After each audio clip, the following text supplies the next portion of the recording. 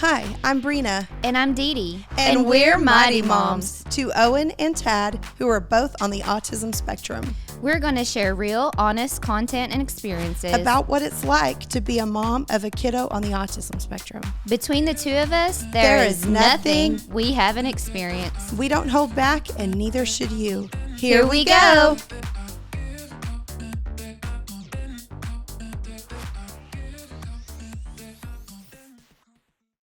Welcome to episode 2 of Mighty Moms Podcast. I'm Brina Dutton. And I'm Dee Dee Gallegos. And we are here today to talk to you about eloping. And I know we mentioned that in episode 1. And then we mentioned that Dee Dee had a personal story about her son, Tad, who, as we mentioned before, is 16 and is on the autism spectrum, nonverbal. We talked about a few different things that we use for tracking devices, and I'm sure she'll touch on that again too.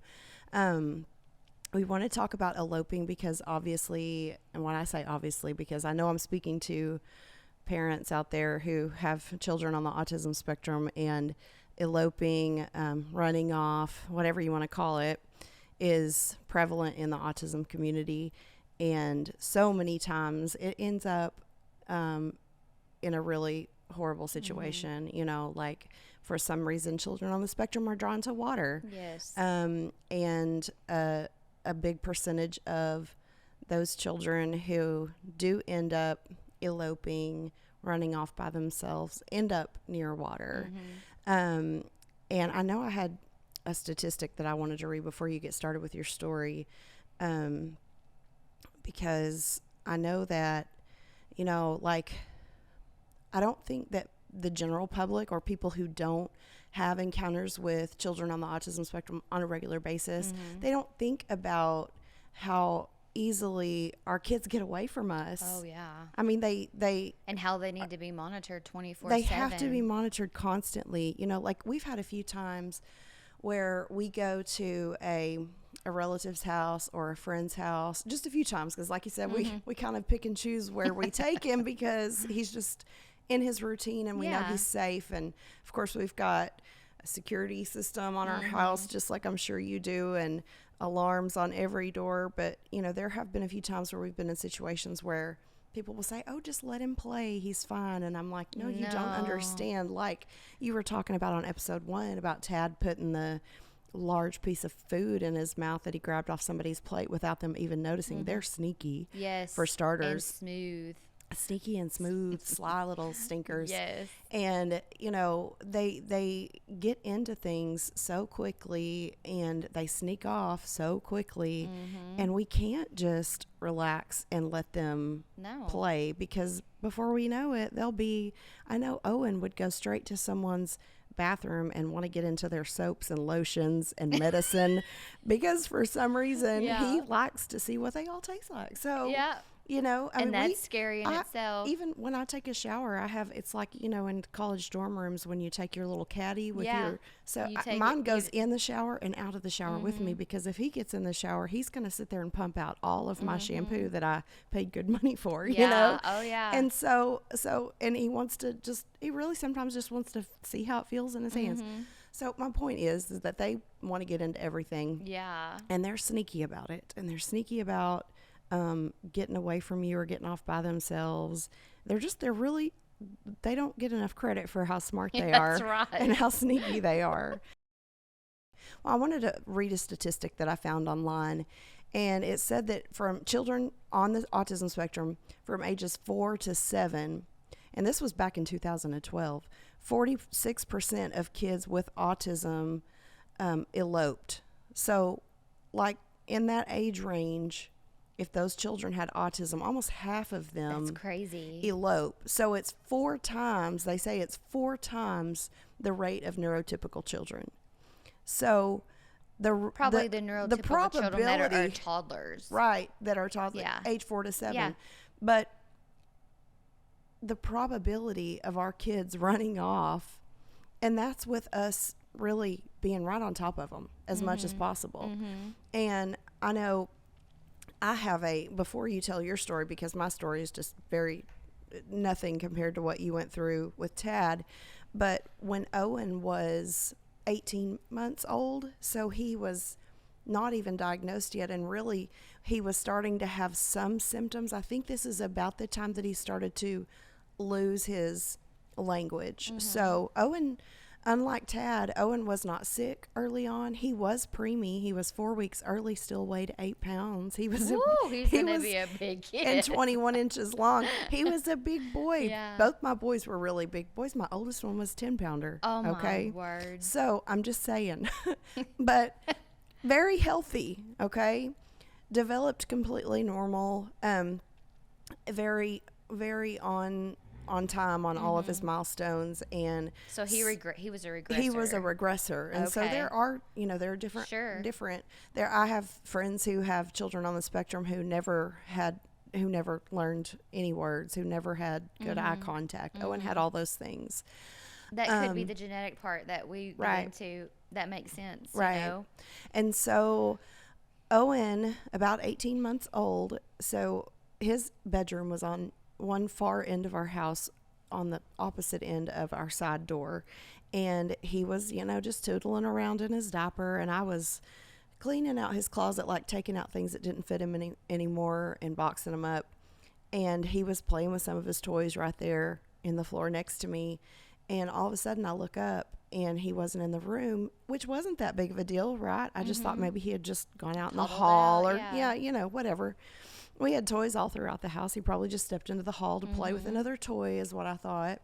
But I thought something in my mom gut just said, okay, something's wrong. I know it's only been like 15 seconds, but you just need to look and see where he is. And I peeked my head out the door, and the door on the very far end of our house was wide open. Oh, no. It was cold outside, about like it is right now. And I just, oh my gosh, Panic my heart moment. sank. And I'm telling y'all, it hadn't even been 20 seconds.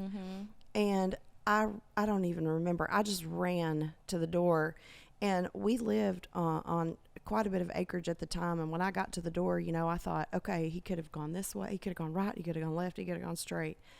And so the minute I hit the door, I just scanned, and I scanned and scanned and scanned. And I looked, and we lived at the end of a cul-de-sac, and our house was a good 100 yards from the street.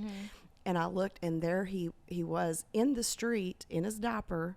You know how babies walk He's fast. with their hands up, and he was just going down the street, man. I mean, he was headed somewhere.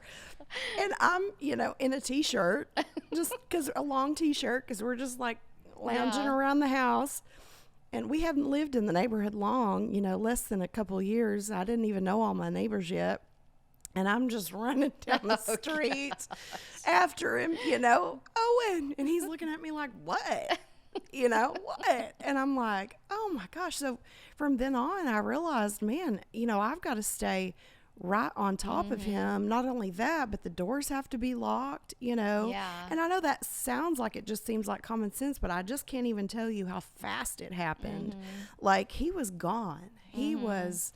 I'm sure a lot of parents have experiences like that, say in a store. Yes. Where you turn around and your child's hiding in the clothes. I know I would do that with my mom all the time, and she would get mad. Yeah. It scares because the parent. It scares you. So imagine you can't find them. And I just thought, what if 5 seconds more had passed? Yeah, or you waited a little longer. Or what if he had gone the other way, or what if he was, had gone to the left and he was behind a tree? I mean, so what if he had gone to the left and I didn't see him and I had ran to the right? Just so many things. But you trusted your mommy gut. Oh, and so when I heard your story, I just couldn't even imagine, because that was just such a short-lived thing. Even though it made my heart sink, it was, it was over within a minute, and I had him back in my arms within a minute. So right. I can't even imagine what some people go through. And I know if you're listening to this and you do have a child on the autism spectrum, when you see those stories or you hear those stories on the news about a kid going missing that has autism, or a kid being found that has everybody involved. I do. And I can't, and then I can't stop thinking about it. And I've got to follow that story to see if that baby makes it home okay, I know it. And so, yeah, when you told me your story, which I promise I'm going to let you tell, then we'll go into some other things about like swim safety, because I know It's very we important. also read some statistics about, and we know this, like every time a kid goes missing, I'm like, you've got to look near the bodies of water first. Go there first. And we don't know why. We don't Right. know why they're drawn to Water. bodies of water, but they are. And so we've got to I go feel, there first. honestly, I do feel like I know why. Not that I do, but I feel like they're drawn to the bodies of water because most autistic children are soothed by water. I know my son is. And for so sure. when they leave, I guarantee you they know. At first they don't know, but then they realize, oh, I don't know Yeah. where I'm at. I'm stressed.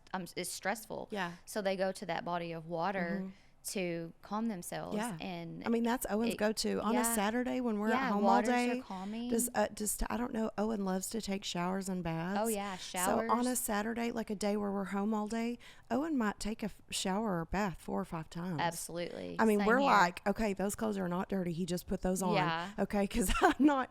I mean, we didn't wear 10 outfits today. We didn't dirty 10 outfits. You know, because he goes through so many Right. clothes because we shower in towels, and so it's towels and clothes all day on a Saturday. But I agree. I think you're right. I think It's they a do. calming. I think that's a good theory for sure. That's why it's important to look at for the water. You're right. Agree. So how old was Tad when all this happened? So he's 16 now. Just turned 16. So this happened in 2000 and maybe 18. Okay. In the And- last 5 years Yeah, or so. within the last 5 years. Tad was at our home. My mother-in-law and my mother-in-law and my mom and dad alternate keeping Tad so I could work and Mike could work. So it was her whenever she would keep Tad, she would come to our home because she lived in Texas. Well, one of those days she came to visit or keep Tad, and they were just doing their normal routine, and I don't know what happened, but somehow he got out the front door. And at that time we lived in a gated community, which was very wooded area. You know, our lots were like almost an acre, and then there was trees, thick of trees between each home. You didn't see the home around you. Right. But we lived down in a cul-de-sac, and my mother-in-law, just like you said, got that feeling. Yeah. I didn't hear him. I don't hear him. It's like, And she immediately walked and saw the front door open, and so I can't panicked. even, that moment So- right there. She literally just started running, looking for him, running down the road. Yeah. And he has a service dog, and she told her they wait at the door, and so she waited in case he came back. So she went off on foot. And you said she just started running because, like, I can She imagine. didn't know which direction, so you she just like, I'm just going to take the run. road I mean, and get on top of the hill and where I can look around, because there's bodies of water all through that, ponds everywhere through this community. And so her first and sorry not to interrupt you, but I remember from the story before you said he was where she left him last. He had a trampoline yeah. in the backyard. No, that's what I had thought. Maybe he was on his trampoline maybe and got he was. off of Okay. it. But they were in the home. They were inside. And he So they opened were the inside. door. I Yeah. mean, she thought everything was good. I didn't, you know, I He didn't said- know the details till way Right. later. So you were just trying to piece together. Yeah. Okay. So she immediately was like, I've got to go to the water, because she knew how much he loved water. Yeah. And I'm glad that she did that. So the first pond she ran to, Yeah. she looked and she didn't see him. And from that pond, she skipped over to another road, and there's another pond, and didn't see him. Well, he has to, if he was going to continue to go on the road, he has to cross a bridge. Okay. So she ran there, still didn't see him. And so she just kept taking the road. Well, of course, there's all kinds of roads, but she saw some gentlemen working at this home, construction, and she was like, oh, maybe they've seen him. Yeah. So she ran to him and said, hey, have you seen Yeah.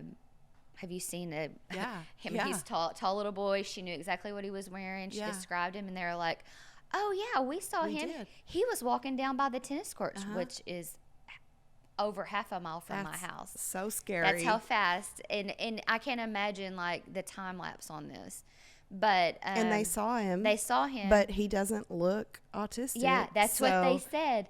They were he like, would but he just- looked like a normal guy walking Yeah. down the road. You know, we didn't think anything Yeah. of it. I'm sorry, ma'am, because she did express he's autistic. He, you Yeah. know, he wonders and you know, And not that you should like stop nonverbal. every kid, I know. you know, but that just goes to show. I mean, I literally have had people say this, not many, but I've heard a lot of people say, oh, someone said this to me about my kid. You know, your daughter, your son doesn't look autistic. Yeah, they right. don't look There's like not anything's a- wrong with There's them. not a look. Yeah, there's not a look that goes Yeah, goes with along being with autistic. it. Yeah. So she checked 2 ponds. She or took 2 bodies she of took water. bodies of water, and then saw the construction workers, and I can't imagine she is just. I can't imagine. Yeah. How she felt. No. But the construction workers were like, "Ma'am, I'll drive you there." Yeah. And so, and during all this time, my husband, who never goes home, we live 40 minutes from work. Yeah. Who never goes home for lunch.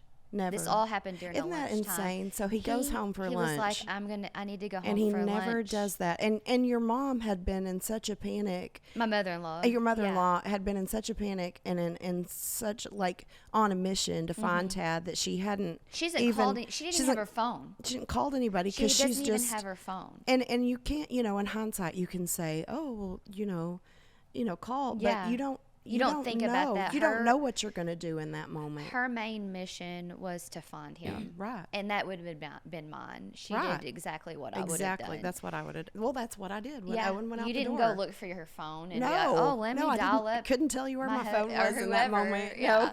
So she, my husband decided, oh, I need to go home for lunch. Well, he is driving. That's amazing, though. Like, let's just stop and And he drives because home. that's awesome. He that doesn't see who- Tad. Yeah, And there's only one way to our house. Doesn't see him along the way. And but didn't know he was missing. didn't know he was missing. But No. but I believe she did tell the construction workers to contact the authorities, and they did because they had the phone. Okay. So they've been called. Our gates were our security was But located. your husband didn't know as he was driving home. didn't have a clue. Okay. But gets home and sees our service dog at the Standing door, in the door. Yeah, and the door open, yeah, and nobody around. yeah.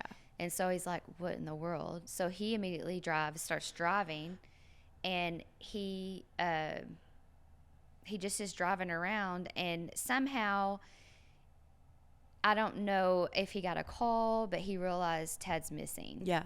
And he immediately goes into Yeah.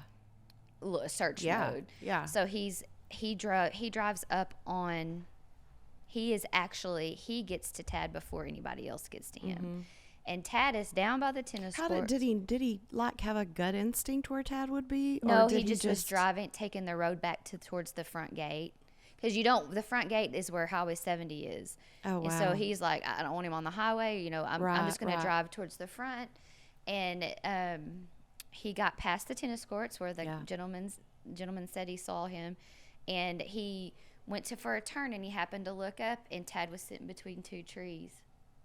And so, of course, he gets out, and he was, he didn't look. He looked him over. Nothing was. Yeah. But Tad was missing for over an hour, Oh my gosh. and I can't even. did not have a scratch, a bruise. He had. Did he have his iPad? Did he have an iPad No, at that time? he didn't have. Okay. Yeah, he did have an iPad, but he he didn't take have it it with him. And I believe He that's just decided to go for a walk. I believe that he was upset because he either got his iPad taken away for not following through with the task, Yeah. or it died. Oh, okay. And I don't know.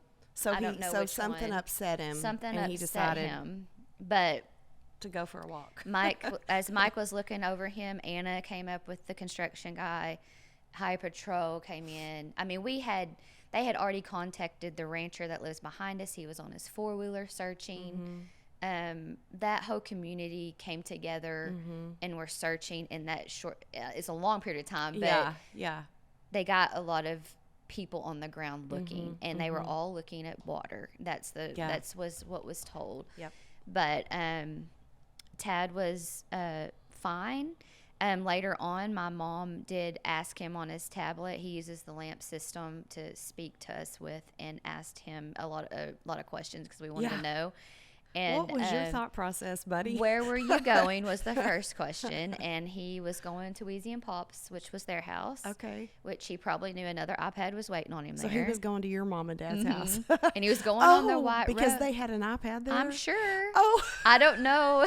So in his mind, he's like, well, my iPad's dead, or I got my iPad taken away. I'm going to go to my grandparents' They house. got another one.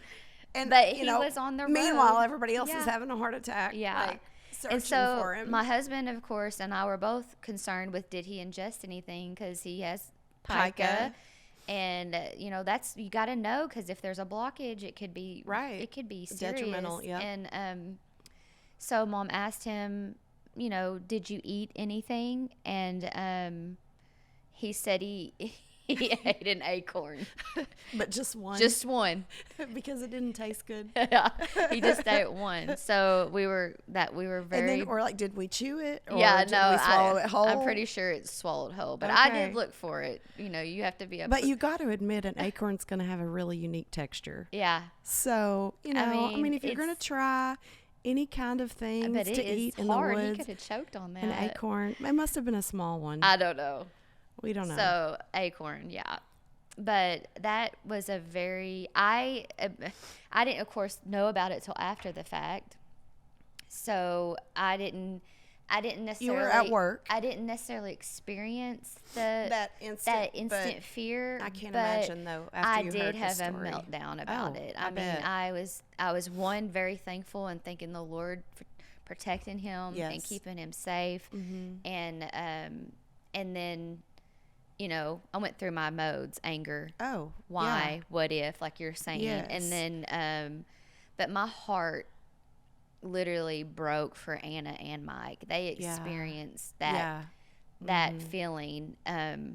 The fear of not And I knowing. came in on the back end where he's Right. fine. I see my son. Right. I can hold him in my arms. Right. I know he's okay. Right. And it being a learning experience for everybody. Yeah.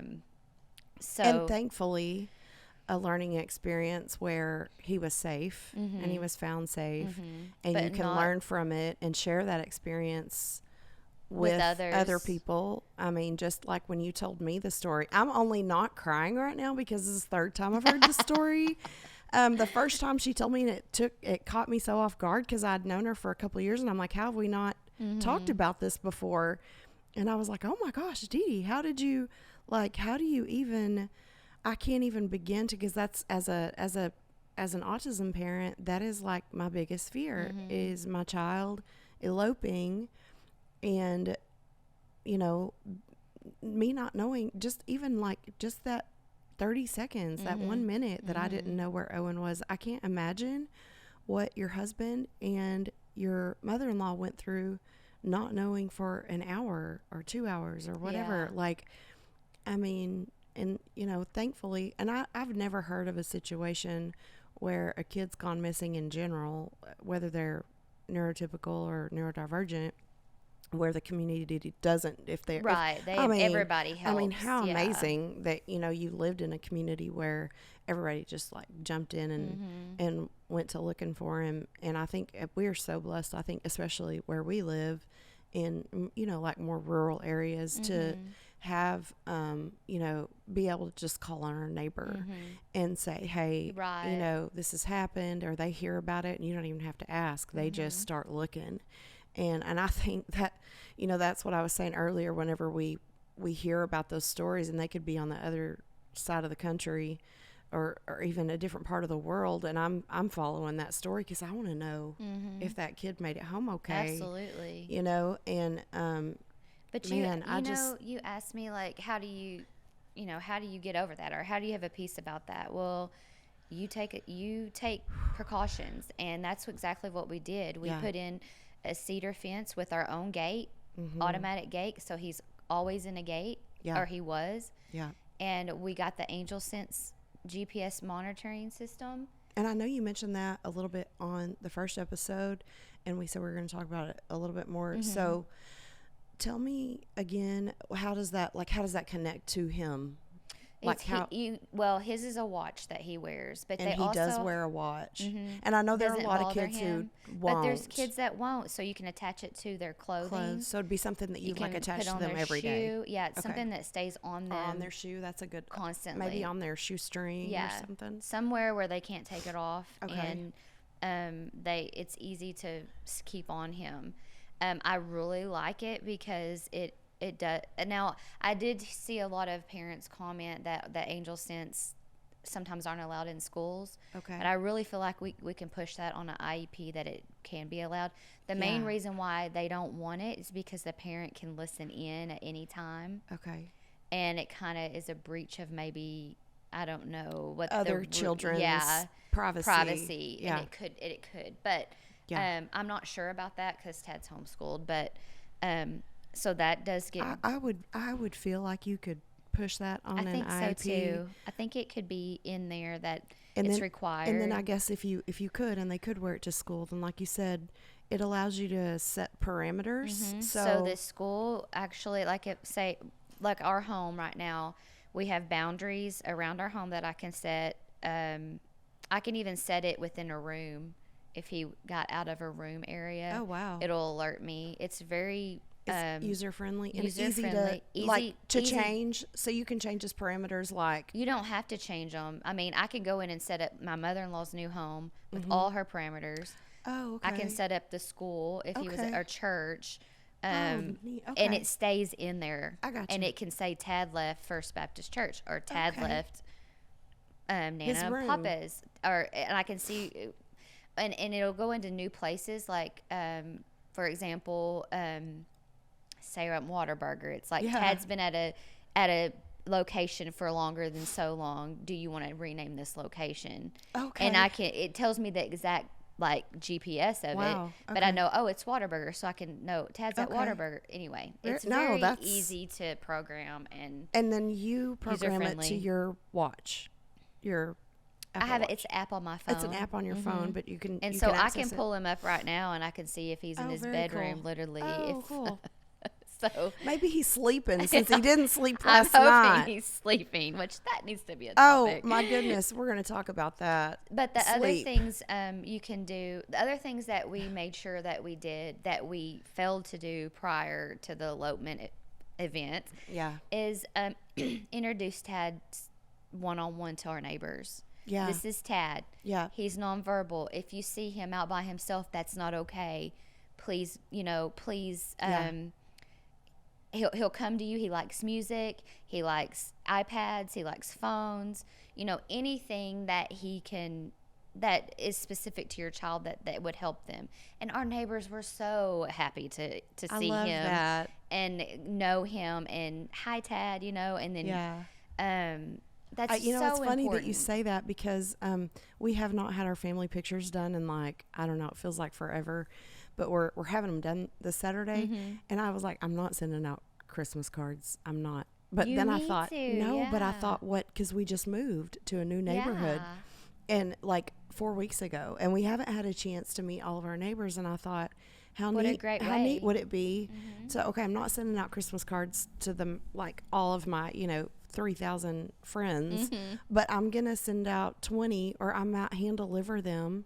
And with Owen. With us. And introduce. And then on the card, though, maybe even have some of those things that he likes. Yeah, what a or, great hey, idea. if you happen to see him, not that, we're expecting you to help us, babysit him or number. watch him, or not that we, let him run down the street or anything. But if you happen to see him, just know he's not supposed to be out alone. Yeah. And I think that might be a really good idea, too. If you live in a neighborhood, to go around, like you said, and introduce them and let them see him. And then also know, just, hey, if you drive by our house and you happen to see him hanging out the window or whatever, or trying to get out the front door or climbing over the fence, just know, hey, he might look normal, right? But he's not supposed to be doing that. Right. So let us know. Call this number. That's a good idea. Take every precaution for your child and it's the simple things that you could do to do that. And I think, like we talked about in the beginning of the episode, there's so many stories that you hear like that where parents lost their child. And, Oh, yeah. and if anybody's listening who's been through anything that's so unimaginable, first of all, I have a victory story, but you may not, yeah. and my heart breaks. And our hearts are with you, and our prayers are with you, because I know that's got to be, it's like I said, it's unimaginable. I can't imagine. And I no, we don't blame you. No one blames you, but I can't imagine the guilt and the pain, and just how that would just be something that would be almost impossible to get over without the grace and mercy of God, because that's the only way you could get through something like that. And so I just I know that every story doesn't end like Dee Dee's, but the goal is for us to not experience those stories at all. And I know that's almost impossible, but the more we talk about this, the more people who listen to this podcast episode who don't have kids on the spectrum, but maybe you're the neighbor, maybe you're a neighbor, and you drive by somebody's house and you see a kid climbing a fence, or you see, or get to know your neighbors. I mean, I think sometimes, like this day and age, we're all on our phones, and I'm guilty, but our lives are just so busy, especially if you have kids. I mean, we're constantly running them. I can't even tell you today from 3:30 to 5 o'clock was like, I don't even know how I fit in everything that I did in that hour and a half, picking up and dropping off and taking here and taking there, with two boys, and then trying to get here. And it's like, we're so busy these days that we don't do what we need to do to get to know people who are around us. And it is so important. If you have a child on the autism spectrum, and you have people who live around you, I mean, unless you just live out in the, in the middle of nowhere, and you're not surrounded by people, but if you have neighbors, get to know them. I think that is the key of what you just said. Like, that is something huge that we can do, is go take your kid. And I know it's not always fun, and you may have some people that are just like, okay, but most people, I think, most of your neighbors are going to be super receptive. Oh, yes. And they're going to love to meet your kid, and they're going to respect you for it, and they're going to just probably think it's just the neatest thing that you brought your kid by, and they'll always remember that. And as you do that, you are helping raise awareness just by teaching that person. I think, because a lot of times we think it's that people aren't aware, but they've just not ever encountered those situations. If you don't have someone in your family with autism, then you don't think about it. And you know what? That's okay. Yeah. I don't expect everyone to accommodate me all the time. But, if they know, then they know better, and they can. So if we can educate our neighbors, introduce our kids to them, then at least that's another safety precaution that we've taken. So we do the angel sense, we do the fence, we do the monitors, and all that. We do the locks at the top of the door all the that locks. Aren't like this, but they're like this. Yeah, and all the locks. Even that's though he's smart. 6 foot almost, that's insane. He can't reach it. Owen's going to be really tall too. I'm like, you're going to think about those things, but I think Tad learned his lesson. I really do. Not that we can't monitor him and not be aware. But he knows, and they know so much more than we give them credit, just because they can't talk. It scared him. He didn't want to be. He doesn't. And my mom asked him, why did he stop? He was tired. He was tired. He had walked over a mile. And he was tired because he was walking, and he was like, probably at some point realized he didn't know where he was. Yeah. Well, I believe he knew where he was. Because from did he know how to get back home, you think? I think he got stuck between the tree, because Mike had to get him out. Okay. Like, he was trying to get out of it. Yeah. So, but just take precaution. You're a little adventurer. I know. This podcast has been brought to you by Wolf Chiropractic. Tad has been seeing Dr. Wolf for many years now. We believe that chiropractic care has helped with his sensory issues, pain relief, healed his scoliosis, and gives him an overall sense of well-being. Best of all, the staff works with us to ensure we never have to wait. We are in and out very quickly. For all your chiropractic needs, give Wolf Chiropractic a call at 580-931-3343. He'll get you all lined out.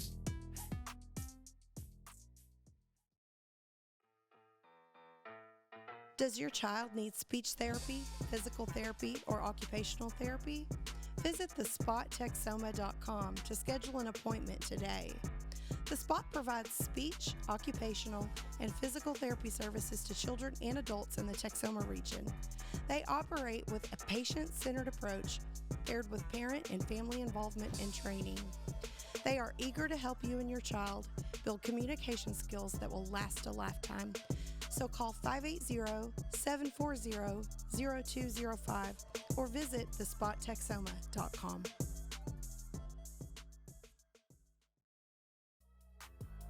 Listen, my carpets used to be a struggle to keep clean. Between 2 boys and 2 fur babies, I was always cleaning up spills and stains. Then I found Ray at ChemDry. And basically, I've had him on speed dial ever since. So when you need your carpets, furniture, or even hardwood floors cleaned, call or even text ChemDry at 903-815-5811. Ray will get you all cleaned up.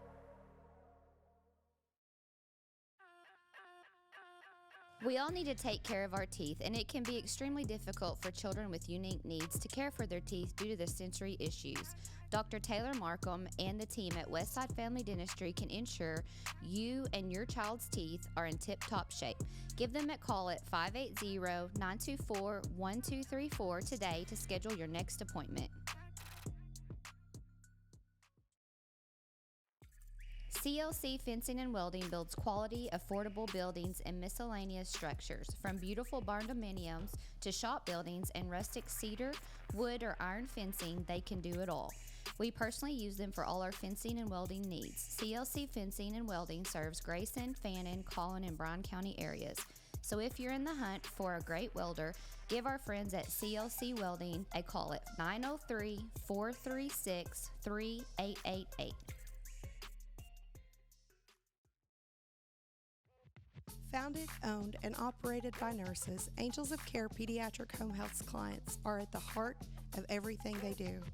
Proudly serving the medically fragile community since 2000, Angels of Care offers private duty nursing services, speech, physical, and occupational therapies, and respite care across the nation.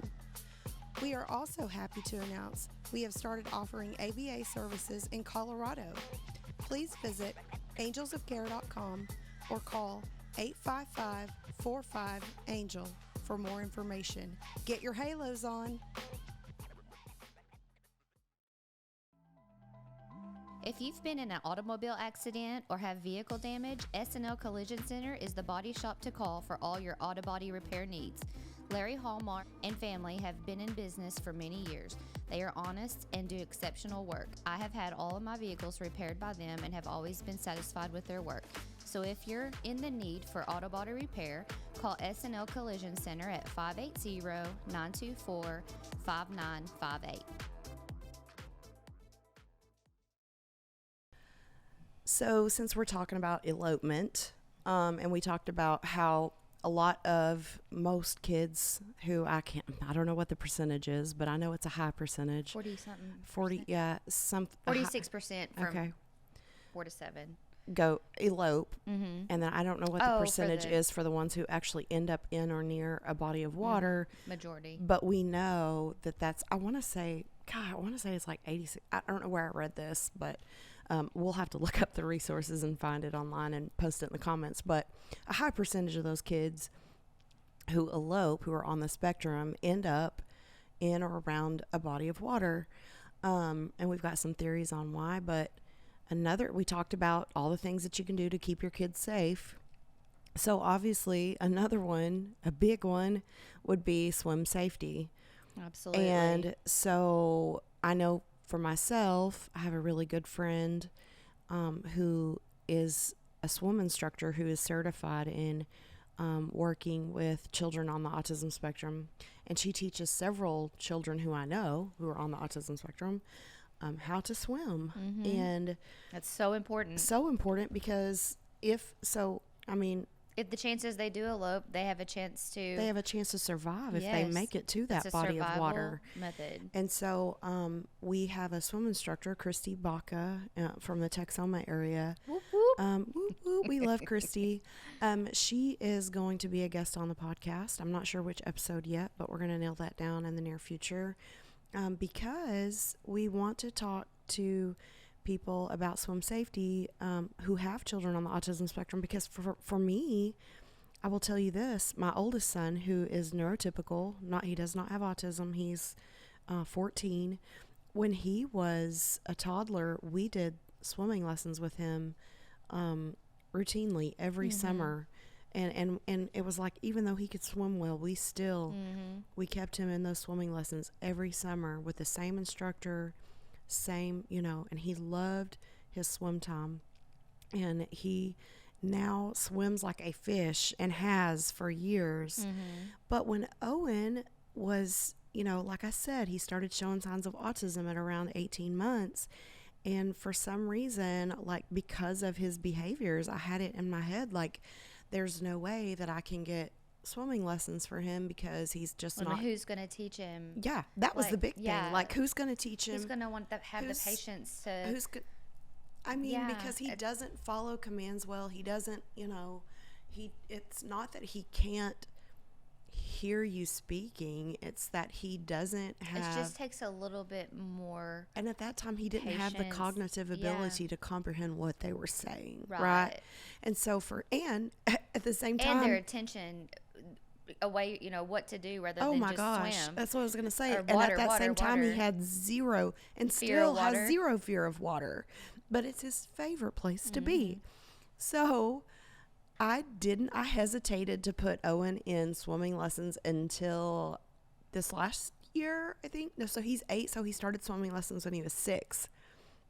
And by the time my oldest son, Carter, was 6, he knew how to swim like a fish, because he had been in swimming lessons for 4 years straight.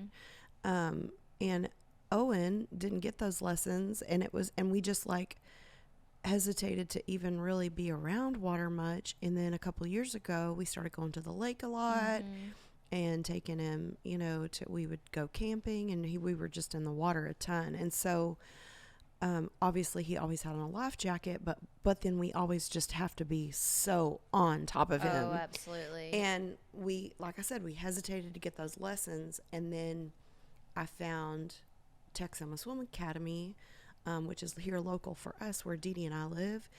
And she actually has training and certification in teaching children on the spectrum. And so he's had a handful of lessons with her. And I'm not going to lie, it's not easy, Right. But she is so patient with him. So my point is that don't think that it doesn't exist. There are instructors out there who specialize in teaching children to swim who are on the autism spectrum. And if we can get them swim safety, and I will tell you this, and I will save more of it for when she is a guest on our show, but she says the number one thing you can teach any child right away is how to roll over on their back and float. Okay, so even if they can't swim, that very first thing that she wants to teach them is to roll over on their back and float, because at least they can keep themselves, Where above they can breathe. water, and they can breathe and hopefully go to the side. So float and get to the side, or get to, Right. so that they can get out of the water. That's very important. Yes. And so and even though I feel like, Owen does swim with a life jacket on, and he's pretty good at it, to the point where, like, if we're in the pool with him, right there with him, we have let him take it off, his life jacket off, to try to help him learn how to swim and roll over. But he still does have a hard time, listening to commands and doing what she needs him to do, and focus. But it's really just about repetition. And I think if you've got to pay for a few extra lessons, whatever you have to do, if they can learn how to swim, like we said, if it does ever come to that time where they elope, at least they have that extra bit of knowledge and that extra bit of skill to help them hopefully stay safe. Sure. So, what about Tad? Does he take lessons, or does he actually is a pretty good swimmer. Okay. Now, did he just learn, like, just from you guys being in the water? Because that's constantly just in the water, and then you know, height is pretty good with him. So and that's true. And pulls if you can get if he's tall. So, but could I say that he would actually survive if he couldn't touch the bottom? I don't think so. Yeah. And that's why I talked to Christy about doing lessons, because that is a concern. Like a body of water that is too deep could be. Yeah. We go to the lake a lot, and this last summer, that's scary. This last summer, we have a place where we have a boat, and then we just have a little outdoor kitchen area that we can go to, and we spend almost every weekend out there. Because being in the water gives Owen, just like you said earlier, it's just so peaceful for them. Well, and it's grounding for them. It's grounding for them. It's grounding for me. But if he's happy, then we're happy. And if we know he's in his life jacket and he's wearing it the proper way, it's not, then we know he's safe, and we're still right there with him. But there was a moment this last summer, toward the end of the summer, that he went, so like our boat, it's a tri-tune. So if you're not familiar with that, there's like, you can actually swim under the boat when it's sitting still. It's tied up, it's sitting still, it's not running. It's in our boat slip. But there are these little tunnels, and so the kids think it's so fun to go under those. Well, didn't know that Owen ever went, he's never gone under them. And there was a split second where, like, we just looked away, and he decided at that moment to go under the tunnel. It scared you to death. And for like literally 5 seconds is all. We didn't know where he was, and that's where he was. But just in that moment, I thought, okay, I know we've already done swim lessons, but I want to keep it going. Absolutely. Like, keep it going. Just like I did with my older son. It's just that, it's that repetitiveness and having the peace of mind, knowing that they have been exposed to it over and over and over, so that they learn how to swim. Because what if the life jacket comes off? What if you're swimming and the life jacket does come off? Then you still need to have that extra element of safety. So we will have Christy on. Yes, I'm excited about that. And you'll love her. She's fun and energetic, and she's a wealth of knowledge too. Yes, she will have a lot more information about swim safety. And we hope you guys have enjoyed our second episode. We know that we have enjoyed having you follow us along. And we did want to mention before we hop off here that we now have merch. Bam. So you see our t-shirts. We have t-shirts, sweatshirts. And sweatshirts. And we have coffee mugs and tumblers. So you can actually check all that out on our website, mightymomspodcast.com. And buy some merch and spread it around. Yep. And also too, like, wear it, tag us, because like we want to continue to grow our community, and we want you to be a part of it. So join us for episode 3. Don't forget to send us your comments and your topic ideas, anything that you want to talk to any of our upcoming guests about. Check out our website to see who our upcoming guests are. And send us your questions and everything, and we will see you guys on the next episode. Bye. Okay, Mighty Moms, we're signing off. Connect with us on our Mighty Moms socials, submit your topic ideas, and share it all.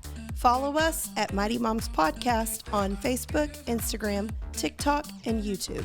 Also, visit our website at mightymomspodcast.com, and remember, together we are a worldwide cult of Mighty Moms.